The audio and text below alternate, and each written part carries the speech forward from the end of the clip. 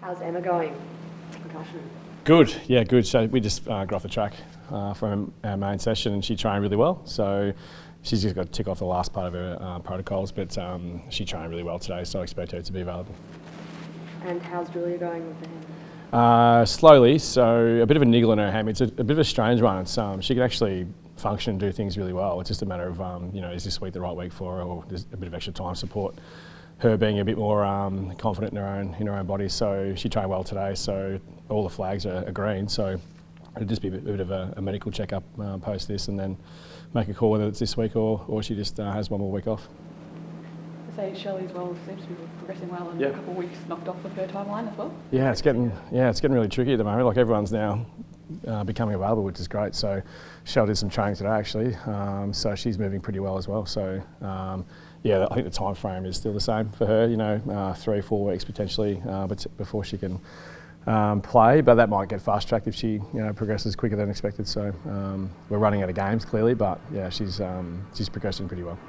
You see, I guess some of these results, like most recently the Hawks one, how much does it come into your thinking about changing the squad and, giving opportunities to others who are kind of like, putting their hand up through those scrimmage matches? Yeah, I think we've shown already that we're willing to change the team to see what we can produce on field with the talent we've got on our list, which is, we've got a good mixture of experienced players, younger players. I don't think as a coaching staff or as a team we're worried about flipping things around to see what might be a little bit different here and there.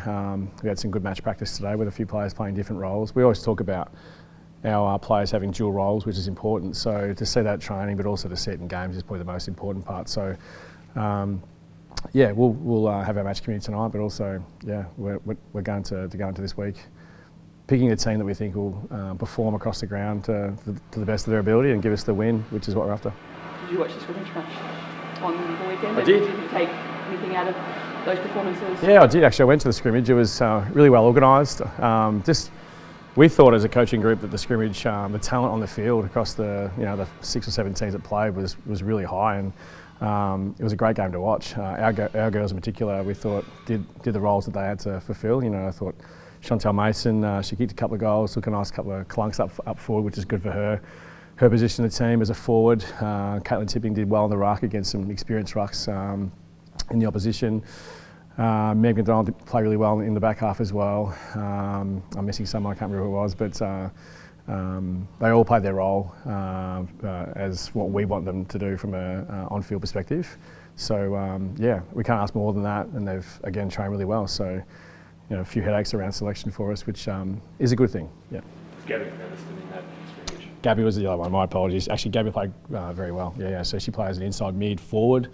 And look powerful, strong, all the things that we'd love to see with Gab. She showcased those on the day. As I said, I thought that game was a really high standard scrimmage game. As the talent keeps coming in and playing in that level, you can see it clearly changing, which is good. What did you make of the Blues last week against the Dockers? Yeah, a bit of a dour fight. Like Freo had their chances to put some scoreboard pressure, front half pressure on them, but to their credit, Carlton's defence have stood up really well all year. The game against Brisbane early on in the season too showed that. So, fast team Carlton, love to win the footy and move the ball quickly and get some control. And they've got really good leaders and players across all parts of the ground, which is becoming more and more the norm now, which is exciting for the game to see. But Freo tried really hard. They've had a pretty good season too, to be fair. Carlton just seem to have the answers around the ground. It's a massive game, isn't it? You can either stay in touch or you can find yourself 2 out with 4 to play. Do you reiterate that to the playing group then? Yes and no. Like, I think everyone understands that every game has its price in regards to the win-loss, but it is just been well publicised around the 8-point swings. If you win this game as a realistic piece, you might find yourself sitting the 8. If you lose this game, it's a bit tricky to get back in. It's such a logjam between 5th through to 12th. And same for Carlton too. Like if they drop this game this week, clearly you want to play finals and be in the top 4. Also, you might be lingering at the bottom 8 part of the top 8, and you might find yourself not in the position you want to be in after a really good start to the year. So they've got lots to play for, and so do we. the weather on Sunday, about a little forecast. It's going to be warm as wet. Warm, yeah. But there's going to be a bit of rain as well. Yeah. Does that influence what you take in with your 21? Not so much. I think just the way we communicate how we'd love to see our game played. I think with some of the players that we pick in that might have strengths either, in dry weather or wet weather, I think our girls are pretty productive in both phases. So not so much. No. Is Skipper any closer to being back in the 21? Yeah, she is. Just like we ask all of our players, go back, train, work on the things that you've been focusing on as a player around your position in the team, your feedback from the coaches. As I mentioned before, a scrimmage game was quite positive in defence. She's been training really well in the last couple of weeks and putting pressure on the other defenders down there. So really good match practice this morning, and she was good again. So it's she's putting her hand up, which is positive. Was 12 months or over 12 months ago when you last played them in the wet. Did you take much out of that and what you have to do differently when the conditions may be a little bit similar? Yeah, winning contested ball was one of them. We talk about that game as a bit of forget it. Like it was, is that us? The reality piece it was on that day. So Carlton just out-muscled us, outran all over the ground. They were strong around contest, and we learned a lot from that. Our off-season was based on lessons learned from that game in particular. So the pressure this week's going to be really important. They're a great pressure team. They feed off that pressure. I think our pressure applied this year's been pretty good. So it'll be around, who can match that, and then I suppose play their system off the back of those contested type of scenarios the best. And again, Carlton have got good inside mids, a fast inside-outside team. They're scoring really well. They're defending well. So. It'll be the proof will be around how we get our hands on the footy. I think as well, you've done it kind of like it's probably a tale of two sides this season where you've looked really good offensively in the Richmond game and another one as well. But then a few of the others where it feels like you're not taking those chances forward or connection's not kind of working there.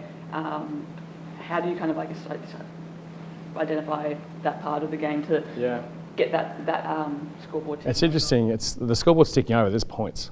So I think the connection piece is fine. We're getting good looks, and we keep reiterating that to the group. The ball's moving okay. It's going to our front half. We're getting shots on goal or set shots on goal. We're just missing. So don't change too much from that, except the end result. If we can get that ball going through the big sticks and rather than the other ones, that's the prime that we're after. But I think the way we're moving the footy is okay. Last week we probably didn't go forward as much as you like. We had a pretty low number of inside 50s. So again, the balance of getting the ball forward and how is important clearly. But I think the way the connection with the balls moving from our midfield into our front half has been okay. It's just that last piece of the puzzle that we're kind of missing out on. Is that a bit of goal kicking practice, or is it just getting into a bit of shot position? No. I think where they're taking the shots on is fine. If you go back and look at the vision, we're missing from gettable positions. It's just about practicing, getting your mindset right around being ready for the next opportunity, wiping the last one if you've made an error, which the game's full of those types of decisions around. Don't dwell on the past. So, but keep getting those opportunities. Yeah, keep stepping in, which is good. Still trying to get a win at home. Do you think that plays a part in motivating the team this week? A little bit, yeah. I think there's a lot of factors that we're playing for. I think that we haven't won here since Brisbane last year, which was a great win. But just playing consistent footy over 4 quarters and as you said to Meg before, around taking our chances and putting not just contested pressure around, but scoreboard pressures is what we're after. Yeah.